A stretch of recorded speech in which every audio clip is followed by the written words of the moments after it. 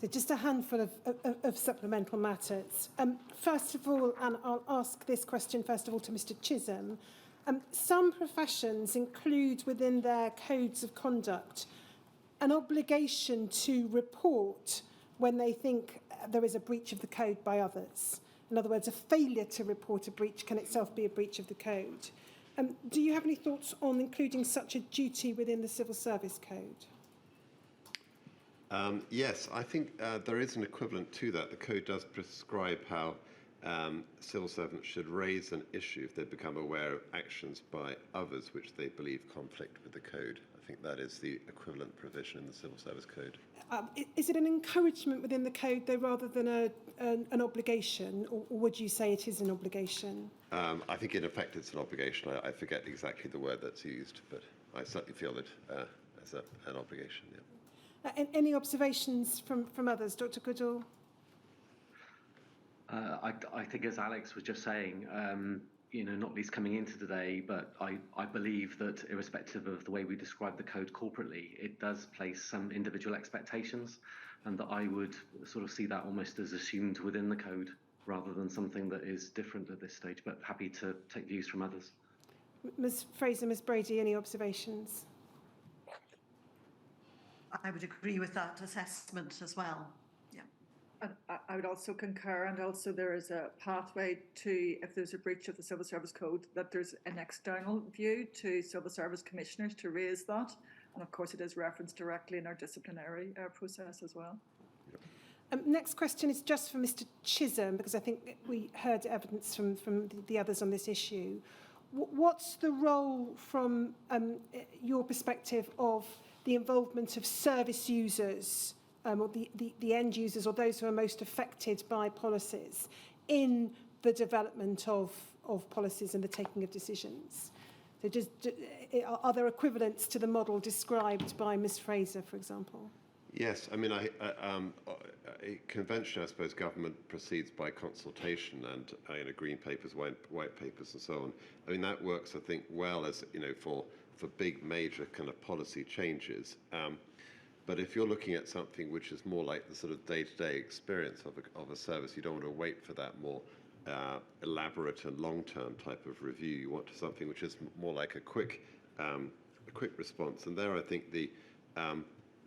rather than waiting for complaints, the responsible service owner needs to be constantly looking for evidence about what are the things going right and what are the things going wrong with the service they're providing. And if there's evidence that those are falling short of the high expectations we set ourselves, then correct it quickly and don't wait for a review. Next question to all of you, but I'll start with Mr. Chisholm. Is there any guidance as to when an apology should be given, whether at a departmental level or by an individual within the department? No, and but I hesitate to think what that guidance would say, in the sense that, I mean, if you think about your day-to-day experience of life, if you make a mistake, you tread on somebody's toe, you apologise immediately, and I don't feel a need to have that written down. I think there probably are moments when the government is thinking, if it's made a major issue which has had very serious consequences for people's lives, as in the case we're looking at here, that's a very different type of case. And obviously, when it is appropriate to initiate a major public inquiry, given all the effort involved in that, that needs to be done sparingly. But I think since the 2005 Act, it has been much more codified and set up when they should be. I think there have been over 30 public inquiries during that time, and they've added a lot of value, as I'm sure this one will. And any observations, Ms. Brady, first of all, in relation to the importance of apologies and how perhaps to whether there should be any guidance or criteria as to when an apology might be given? So those decisions would be within the accounting officer's general responsibility within the department. However, we have a track record of apologising, and when we have made mistakes, being upfront about declaring those. And I think that's a critical aspect of not just delivering on the code of ethics, but actually building trust when we have fallen short with the citizens that we serve, in terms of establishing that, but not just the apology as well. I think the implication and burden is on us to actually build in the lessons learned from that and how we actually deliver some better outcome.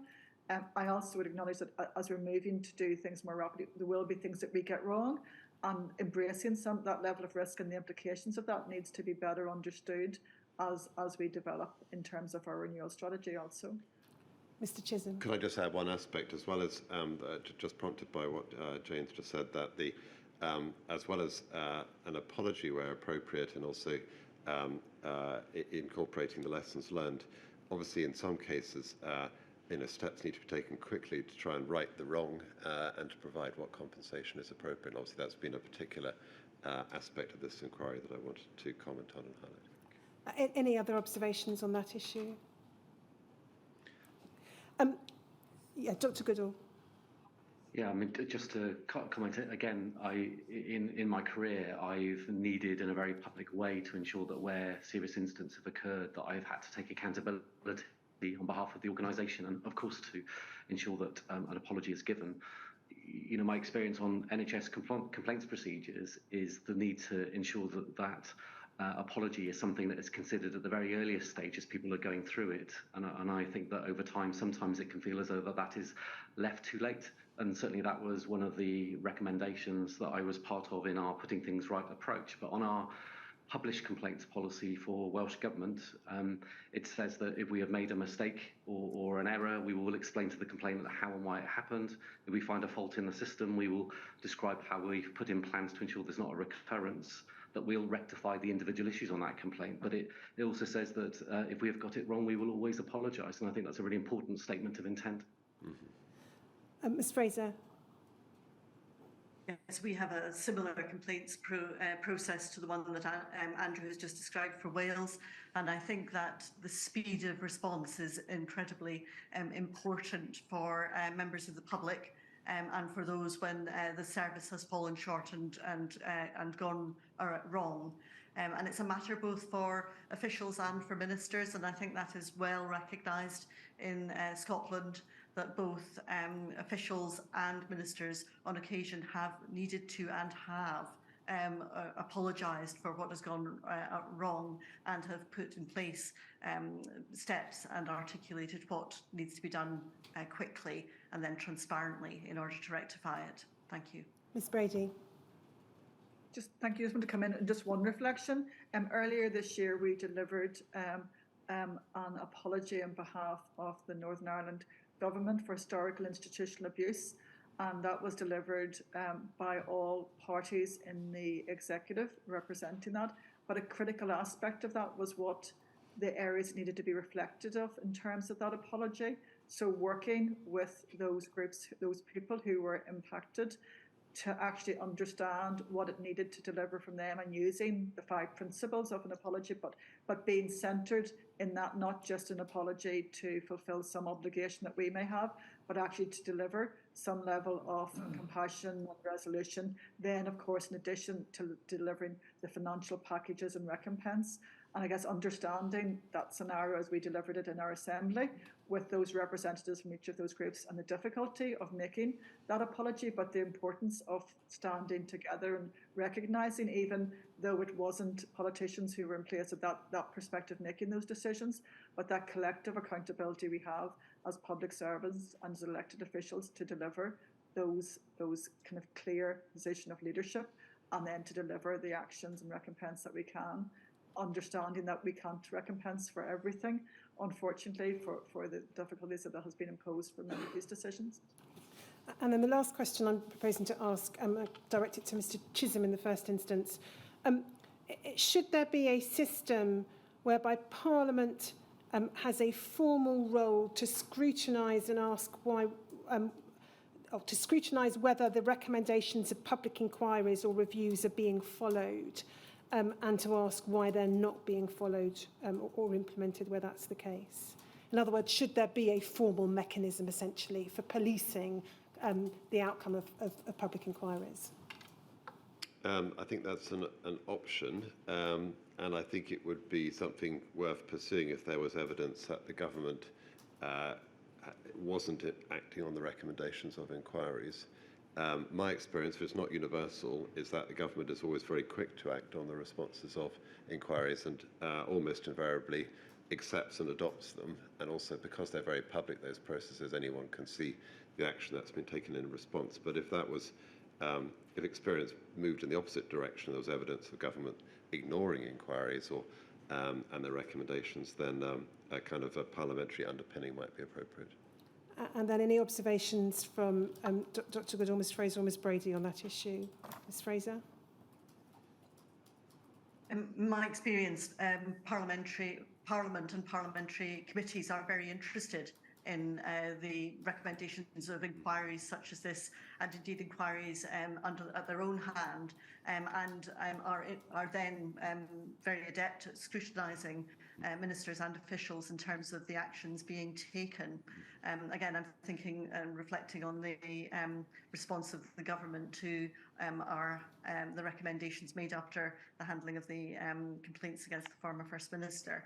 And there's been very clear scrutiny and follow-up from parliamentary committees through both the parliamentary sessions thus far on that. So I think that's an area that parliaments are already looking at, but it may be useful, as Alex was saying, if there's evidence that there's some areas that are not getting that full scrutiny, that is brought to their attention. Thank you. Dr. Goodall, Ms. Brady, anything further to add on that issue? Nothing to add, thank you. Just to reflect in terms of the RHI inquiry and also the Audit Office capability and capacity review and major capital projects review, those did provide recommendations, and those were analysed by the service and accepted, and that we are held to account for delivery of those in the Assembly through our Public Accounts Committee. And I, and as head of the service, as well as the accounting officer responsible for that department, represents regularly to give updates in terms of our delivery. Also, the governance framework for the Neil Grant Civil Service Board will have an accountability mechanism for governance and for delivery and commitment in those. So those are the questions I'm proposing to ask from the various suggestions made by core participants. Do you have any questions? Yes, I have one or two. This is centrally addressed to you, Mr. Chisholm, because it relates centrally to the behaviour of the UK government, but there will be aspects which also may affect the devolved administrations. As you know, I'm driven by the evidence as part of the objectivity with which I have to approach the issues. And what I've been told is that what has been described to me has been the worst treatment disaster in the history of the NHS. Now, when the Secretary of State, the then Secretary of State for Health, gave evidence about the support provided to people who had infected and affected, he reflected that it was not just a question of what had happened at the time, but also the subsequent response of government that was at fault, and he apologised. Now, that plainly is an attribution of culpability, if you like, to those who had control over the system, if I can call it that, the civil servants largely, those who advised them also, and the ministers who were advised in turn by the civil service and made decisions either of their own or in respect of that advice. Why do you think he was able to say, and did, that was the state of affairs, that it had not only been the worst treatment disaster, but that the ripples were still continuing? Well, I don't have very much to add to what he said, in the sense that, you know, you took evidence from the Secretary of State for Health. I've not worked in the Department of Health, and I wasn't involved in any of these actions. You know, I think, you know, probably best to take his evidence for what it is. It's not something which I've got any kind of additional insight about the handling of the whole case of the infected blood issue. I mean, I agree with the power of the point, which is that it's not just what originally happens, is how you respond later. And I think that's why, in a way, this morning, rightly, we've been looking at things like, you know, candour and objectivity and warning against groupthink and not being overly defensive and inviting challenge as part of the kind of cultural system strengthening to make sure that such like things couldn't happen in other areas? Because the Civil Service Code, which you refer to, has broadly been in existence before the Secretary of State gave that evidence. Indeed, in 1995, the Nolan Principles were consolidated and expressed. And although some of those principles aren't reflected in the Civil Service Code, I'll come back to that, they've been there and plainly didn't work, if the evidence is correct. Why didn't it work? Again, I don't know why it didn't work at that time in the way within the Department for Health, but I suppose we have tried to discuss this morning the ways in which we try and reinforce the code, people's awareness of it. We make sure everyone is trained in it. We try and show through good leadership practices how we invite challenge, etc. How being willingness to admit error and to consider alternative views is really fundamental to what it is to be a strong civil servant today. So, rather than saying that shows that the code is no good, I think the code is strong, and what we need to make sure is that everybody is fully aware of it and is actually following it in practice. So this is a need to, as it were, to strengthen observance of the code. You say in your witness statement that paragraph 13, we don't need to put it up on the screen, but I'll just read it out. I was disappointed by the evidence presented. Plainly, you've been following the inquiry or reports of what the evidence was that reached you regarding groupthink, a lack of candour, and institutional closing of ranks within parts of the civil service. And you go on to say the civil service prides its commitment to public service, plainly working to provide high-quality advice to the government and deliver outstanding public services. You've also described how the civil service should learn from past experience, and we've had two of the devolved nations in particular reflecting upon the effect that the inquiries in their particular jurisdictions have led to changes or developments in the way in which the service has been run. Although I accept that recommendations from this inquiry have yet to come, that shouldn't, I take it, delay any changes on the back of any shortcomings which you identify. What's been done so far in consequence of that, your disappointment with those particular findings? So I haven't myself initiated action in response to the findings of the infected blood inquiry, and as you say, that we're expecting those very shortly, and I'm sure that everybody right across the civil service will be very keen to see what you have to recommend, and particularly, obviously, officials in the Department for Health. But on the issues that you described, so my attention was drawn by the inquiry to the evidence that you'd heard from, I think, Jeremy Hunt, William Waldegrave, Andy Burnham in particular. And they were all in their different ways expressing some concern about the way in which obviously these events had occurred and where were there opportunities to strengthen the system since. And what I've tried to set out, and I think colleagues too across the devolved administrations, is the ways in which we accept that collective responsibility, that absolutely you can't have cases where there's any possibility of people being in a defensive posture, of people not updating their lines inappropriately in the case of new facts, of people being economical with inconvenient facts or truths, and also trying to close down challenge from outside. Those are all things that we work on every day within the civil service to make sure that both ministers and when they're exercising functions, but also the day-to-day experience of government is animated by a willingness to accept the possibility of things going wrong and to change quickly and to be honest about that. And that's the essence, I think, of what it is to be a good civil servant. So would you, for yourself, anticipate, obviously you haven't seen whatever recommendations the inquiry may have, but would you anticipate any particular steps you might take to do what you've just described, to reinforce what should be happening and plainly may not have been in some parts? Yes, I would. And as you heard, for example, from Jane in relation to the renewable heat incentive inquiry, and the one that I particularly referenced was the Chilcot one, and as well as being a thumping great report to read, not only was it something which was just saying, why not have a read of that? It was actually something which we made a constant part of our discussions. And I've attended meetings where people have said, gosh, remember Chilcot, and it could have, almost like invoking it as a kind of a standard to make sure that we don't slip into any of the poor behaviours or conduct that he very well described. And so that's the type of thing which I think we might get from this case.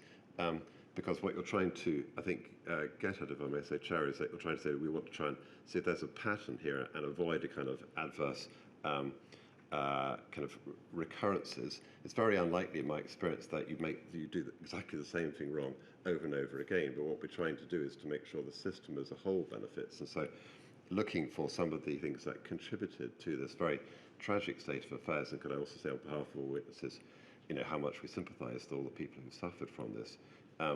That, as well as making sure that couldn't happen in the particular case of infected blood and all the procedures around that, as you say, there is a great system learning to make sure that any tendency towards defensiveness or groupthink or taking too narrow a view or not updating your thinking in light of experience, those are the things we need to try and make sure we embed even more strongly across the civil service. Now, I've focused in those questions on central government, but let me ask Ms. Brady, Dr. Goodall, Mrs. Fraser, if they have anything to add. Can I start with you, Ms. Fraser? Yes, thank you. And I guess I just reflect on the findings, although I don't have experience in the Department of Health, but the thematic areas that were identified as part of the questions very much align with what we have seen in RHI, those kind of system level issues as well. So I guess it's a recognition that just continuing on as before isn't going to deliver the level of transformation at the system level that we need to do that. So part of what we're endeavouring to do is what are the fundamental focus areas we need to have to address those changes, and some of those require doing new things like reconstituting a civil service board, having different non-execs be there to be party to those decision making, but also to reflect whilst we have delivered some of the new policy responses to RHI, this is a long-term objective and delivery, and I guess it's largely needs to have the cultural and leadership level at the head of the service, and not just to be a document or a policy or a piece of legislation that sits somewhere and that we bring out and comply with. So it's a longer term vision for the Northern Ireland Civil Service. We are making progress in the foothills of that, but just our commitment to provide a strategic focus on delivering those areas, and how useful, how unfortunate they are that we have to have these inquiries, but how useful they are in terms of holding us to account and to looking at those systemic issues, because often you can be focused on addressing the crisis or the difficulty in hand, and I'll have that time to reflect and look towards where the systemic issues are and changes, and commit to an action plan and delivery of that. So I look forward to reviewing the recommendations when they come out and how they can be delivered as part of our overall renewal programme. Thank you. Ms. Fraser, you've been nodding while Ms. Brady was talking. Yes, I think that absolutely chimes with my experience here in Scotland. We have, in the Service of Scotland work, through the work to respond to the committee and other inquiries looking into our handling of complaints against the former First Minister, had to put a great deal in place actually to ensure that we're giving everybody the opportunity and the responsibility and the capacity and capability to be able to flag concerns when they see them, and to make sure that we're picking those up and addressing them quickly and effectively. And as I was reflecting earlier, I think the point of transparency and scrutiny internally through our non-executive directors and internal audit, but also, for example, our colleagues in Audit Scotland and what the Parliament regularly hold us to account for, are hugely important elements of that system improvement and system learning. Thank you. Dr. Goodall, anything to add? Chair, just have been very grateful to have the opportunity to contribute, but also listen to my colleagues' evidence. That helps to be able to understand other choices and actions that we can take forward for Wales and in Welsh Government. I particularly just wanted to acknowledge the opportunity that you gave us personally, just to make sure that we had seen and were aware of